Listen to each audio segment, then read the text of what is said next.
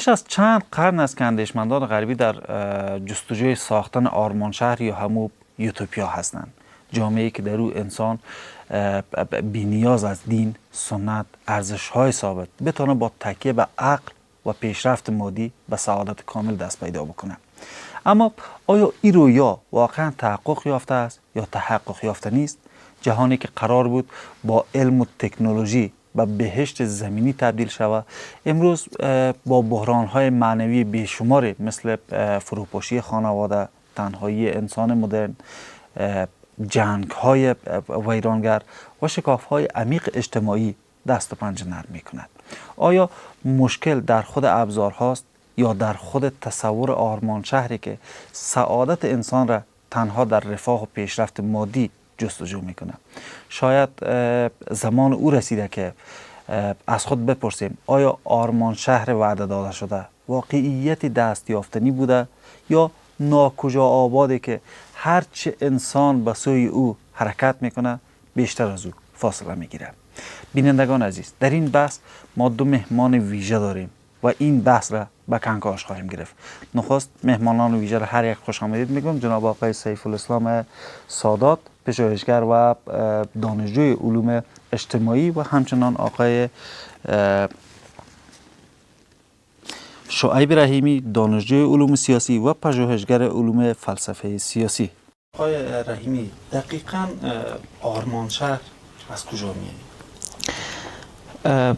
آرمان شهر اگر ما از لحاظ تباشناسی خود واژه نگاه بکنیم، اولین بار واژه آرمان شهر یا یوتوپیا در قرن 15 وارد ادبیات سیاسی و فلسفه سیاسی میشه توسط فیلسوف و نظریه پرداز به اسم سر توماس مر که در کتاب به همین اسم یوتوپیا که نقد بر یک جامعه خیالی داره و اونجا به نحو نقد میکنه غیر مستقیم حکومت طبقه بورژوا، اینجاست که واژه یوتوپیا در واقع وارد فلسفه سیاسی میشه. البته ای از دو واژه یونانی گرفته شده، یوتوپیا EU و اوتوپیا OU، که اوتوپیا به معنای ناکجا آباد، یوتوپیا به معنای جای خوب. یک پارادوکسی که ما میبینیم که هست، یعنی جای خوبه که در هیچ جا نیست،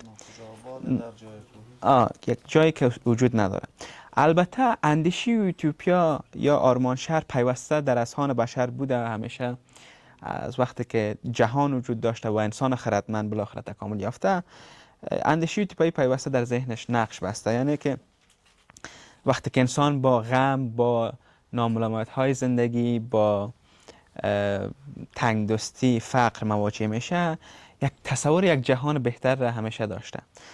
و ما میبینیم که در متون اساطیری گذشته تصویر باغ عدن یا بهشت رسامیاش موجود هست، یعنی پیوسته در ذهن بشر بوده.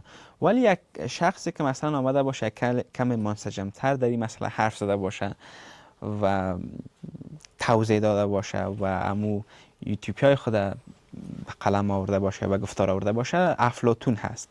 سادات صاحب، بیم به خودتون. از نظر خودت چرا مردم بیشتر کوشش دارن که اینمی به اصطلاح آرمان شهر یا جای خوب ناکجا آباد را بسازن یا پیدا بکنن؟ ببین، اساسا خود یوتوپیا وقتی که این واژه مطرح میشه به بیشتر دو معنی از این ما میتونیم برداشت بکنیم. یکی مثلا یوتوپیا، منظور از یوتوپیا هی است که مثلا ما یک جامعه را، ایدئال را ترسیم میکنیم که ما نداریم، و منظور دومش هی است که ما وقتی که نداریم میخوایم به او جامعه برسیم. بشر در طول تاریخ با نظام هایی که تجربه کرده همواره حاکمان وجود داشته و دولت های وجود داشته در بعضی از جامعه که مردمان دیگه مثلا در بین قربانی بودند و اینا قبلا مثلا جناب رحمانی صاحب اشاره کردن که خود یوتوپیا بیشتر صدای آوارگان هستند، یعنی صدای مردمان نادار و بیچاره هستند، یعنی اونایی که مثلا هیچگاهی خودشان از نزدیک امو مزه عدالت و برابری را نچشیدن. بیشتر مردمان رو به مسئله یوتوپیا میارن که اونا احساس میکنن که در مقابل قدرت های دیگه مثلا ارزش های اصلی انسانی خودشان را از دست دادن. و ما داشتیم در طول تاریخ چنین شخصیت هایی که آمدن و این مسائل را مطرح کردن. بله، قبلتر برای شما اشاره کردم که ما از او جمله بر اولین بار میتونیم افلاطون را یاد بکنیم که یک شهر را ترسیم میکنه در کتاب ریپابلیک یا جمهوری به اسم کالیپولیس، به معنی شهر زیبا.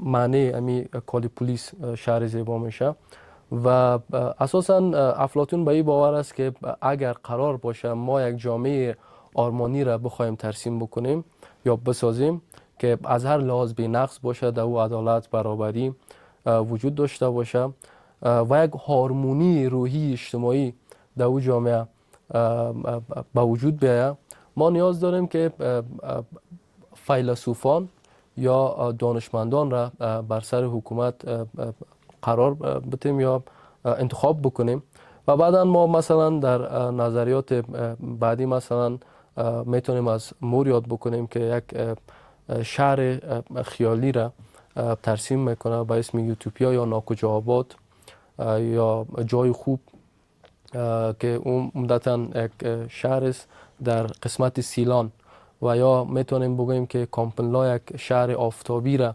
مثلا مد نظر قرار داشته و اساسا دیدگاه اینا، چون رحیمی صاحب قبلا گفتن که در قرن 15 بیشتر یوتوپیا مفهوم یوتوپیا برای اولین بار در حوزه فلسفه سیاسی وارد متون فلسفه شد و اینجا یک مسئله که وجود داره، برای اولین بار حکومت انگلستان آمد کار را انجام داد که قدرت را از خود کلیسا بگیره و عمدتاً قدرت پاپ و شاه یک جای میشه و اساساً یک شکل از حکومت را ترسیم میکنه در اینجا، حکومت انگلستان که به شدت خودکامه و دیکتاتور است.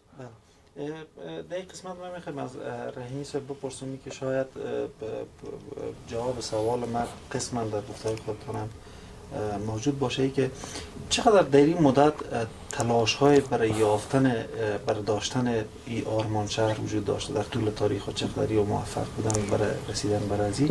اول پیش از اینکه ما بریم به سمت پاسخ به سوال شما، اول نیاز است ما بفهمیم که تفکر یوتوپیایی دقیقاً چیست. کارل ماینهایم جامعه شناس برجسته آلمانی تمایز قائل میشه. او میگه که انسان وقتی که با پیرامون و جهان خود مواجه میشه، با جامعه مواجه میشه، این مواجه شدن از دو حالت خالی نیست. یا طرف مواجه ایدئولوژیک با جهانش داره یا طرف مواجه یوتوپیایی داره. مواجه ایدئولوژیک چیست؟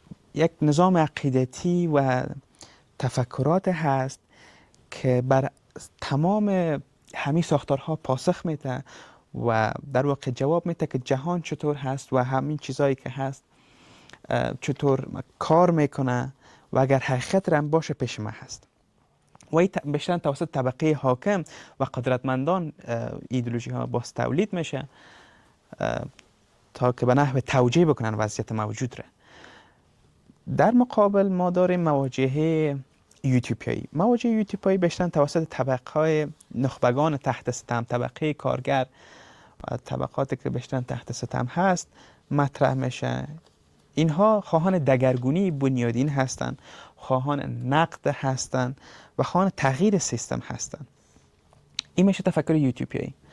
حالا بله، ما در تاریخ و جهان داریم که تلاش‌هایی بر ساختن یوتوپیا شده، منتها تجربه نشان میده که خیلی وقتی که مردم یا کسانی که مهندسان یوتوپیا خواستن که یوتوپیا یا مهندسی خود وارد ساحه عمل بکنن، تجربه تلخ بر بشر وارد شده. ما داریم قرن 20 میشه بگوییم که طوفان‌های ایدئولوژیک که تمام اینها یک تفکر یوتوپیا داشتن، تمام اینا در عمل به استبداد و کشتن میلیون ها انسان منجر شده. ما داریم کمونیسم، ما داریم ناسیزم که اینا هر کدام اینا یک یوتوپیایی در ذهن داشتن، مثلا کمونیسم که ساختن جامعه به طبقه که در او کسی از کس بلند بالایی نداره، ولی میبینید در عمل تمام اینا به استبداد میشه، به استبداد منجر، به کشتن میلیون ها نفر منجر میشه.